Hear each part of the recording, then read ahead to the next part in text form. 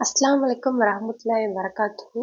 இந்த வீடியோவில் நம்ம எதை பற்றி பார்க்க போகிறோம் அப்படின்னா, பாவங்களை போக்கும் தொழுகை. ஹஸ்ரத் அபூதர் ரலியல்லாஹு அன்ஹு கூறுகிறார்கள் என்னவென்றால், பிஸ்மில்லாஹிர் ரஹ்மானிர் ரஹீம். அன் அபி தர்ரின் ரலியல்லாஹு அன்ஹு அன்னன் நபிய்ய ஹரஜ ஃபிஷ் ஷிதாஇ வல் வரக்கு யதஹாஃபது ஃபஅഖத பிஹுஸ்னின் மின் ஷஜரத்தின் قال فجعل ذلك الورق يتخافت فقال يا أبا ذر قلت لبيك يا رسول الله قال إن العبد المسلم ليصلي الصلاة يريد بها وجه الله فتخافت عنه ذنوبه كما تخافت هذا الورق عن هذه الشجرة.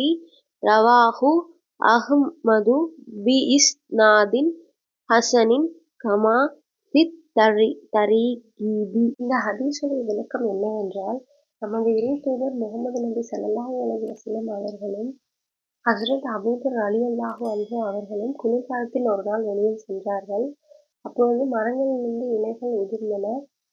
நமது முகமது நபி ஸல்லல்லாஹு அலைஹி வஸல்லம் அவர்கள் தங்கள் கையால் அந்த மரத்தின் கிளையை பிடித்து அசைத்தார்கள். மேலும் இலைகள் உதிர்ந்தன.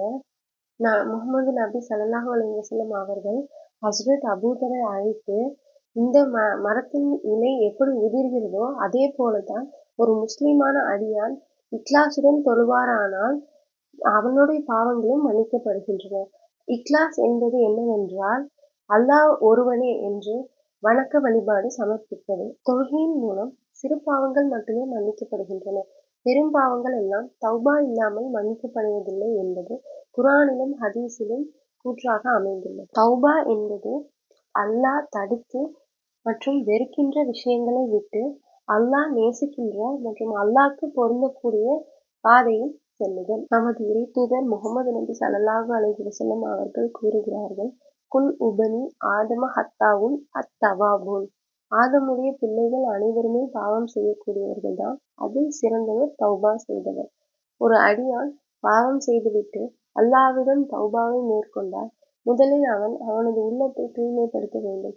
மீண்டும் அந்த பாவத்தை அவன் எண்ணும் போது ஒரு நெருப்பில் விழும்போது எப்படி பயப்படுவானோ அதுபோல் அந்த பாவத்தை எண்ணி அவன் பயப்பட வேண்டும். ஷிர்க் என்பது அல்லாஹ்வுக்கு இணை வைப்பது போன்ற மோசமான குற்றங்களை கூட அல்லாஹ் மன்னிக்கிறான். ஏனென்றால் அல்லாஹ் தௌபா உடையவர்களை நேசிக்கிறான். அதற்குத்தான் இன்னல்லாஹி யஹிப்புத் தவ்வாபீன் என்று அல்லாஹ் கூறுகிறான். அல்லாஹ் தௌபா உடையவர்களை நேசிக்கின்றான். சொர்க்கம் என்பது ஒரு தூய்மையான ஒரு இடம். அதில் இறைநேசர்கள், நபிமார்கள் மற்றும் உண்மையாளர்கள் மட்டுமே வசிக்க முடியும். ஒரு கடுகளவு கூட பாவங்கள் நிறைந்த ஒருவனால் சொர்க்கத்திற்குள் நுழைய முடியாது. அல்லாஹ் மறுமையில் ஒரு முஃமினானவனை மன்னித்திருந்தால் அவன் சொர்க்கத்திற்கு அனுப்பப்படுவான். இல்லையெனில் நரகத்தில் அவன் கடும் வேதனை அவதிப்பட்டு தூய்மைப்படுத்தப்பட்டு மீண்டும் சொர்க்கத்திற்கு அனுப்பப்படுவான். ஒன்று அல்லாஹ் மன்னிப்பான், இல்லையென்றால் அல்லாஹ் நரகத்திற்கு அனுப்பி அங்கு அவனுக்கு தண்டனை கொடுத்து, அவன் செய்த பாவங்களுக்கு தண்டனை கொடுத்து தூய்மைப்படுத்தப்படுவான். குற்றங்களில் மிக மிக மோசமான குற்றமான விபச்சாரம், ஷிர்க், இணை வைத்தல், மூன்றாவதாக கொலை. இது போன்ற மோசமான குற்றங்களை கூட அல்லாஹ் மன்னிக்கின்றான் தௌபா செய்திருந்தால். அதாவது மனம் திருந்தி தௌபா செய்திருந்தால் அல்லாஹ் மன்னிக்கின்றான். முகமது நபி ஸல்லல்லாஹு அலைஹி வஸல்லம் அவர்கள் ஒரு ஹதீஸ் தெரிவித்தார்கள். அதை இப்பொழுது உங்களுடன் பகிர்ந்து கொள்கிறேன். முன்னொரு காலத்தில் ஒரு மனிதன் 99 கொலை செய்திருந்தான். அவனது உள்ளத்தில் ஒரு குழப்பம் நிறைந்து, நாம் 99 கொலை செய்திருக்கிறோம், நம்மால் 99 குடும்பம் பாதிக்கப்பட்டுள்ளது, நம்மளை எப்படி அல்லாஹ் மன்னிப்பான் என்ற ஒரு குழப்பத்தில் இருந்தான். அப்போது அவன் ஒரு துறவியை நாடினான். அந்த துறவியிடம், நான் 99 கொலை செய்திருக்கிறேன், என்னை அல்லாஹ் மன்னிப்பானா, எனக்கு ஒரு வழியை சொல்லுங்கள் என்று கேட்கின்றார். அதற்கு அந்த துறவி சொல்கிறார், உன்னை எப்படி அல்லாஹ் மன்னிப்பான்? உன்னை கண்டிப்பாக அல்லாஹ் மன்னிக்கவே மாட்டான். ஏனென்றால் உன்னால் 99 குடும்பங்கள் பாதிக்கப்பட்டுள்ளன என்று கூறுகிறார். அதற்கு அந்த மனிதர் கோபம் அடைந்தார். அது எப்படி அல்லாஹ் என்னை மன்னிக்காமல் போவார் என்று நீங்கள் சொல்லலாம் என்று அந்த துறவியையும் அவர் கொலை செய்துள்ளார். 100ஆக மாறியது அவருடைய குற்றம். 100ஆக மாறியவுடன் உள்ளம் தடுமாறியது. நாம் மறுபடியும் ஒரு பாவம் செய்து விட்டோமே, நாம் 100 கொலை செய்து விட்டோமே, என்ன செய்வது என்று தெரியாமல் மறுபடியும் வேறொரு துறவியிடம் அவர் நாடினார். அதற்கு அந்த துறவி, நீ இந்த பாவிகள் நிறைந்த ஊரை விட்டு நல்லவர்கள் வாழும் ஊருக்குச் செல்.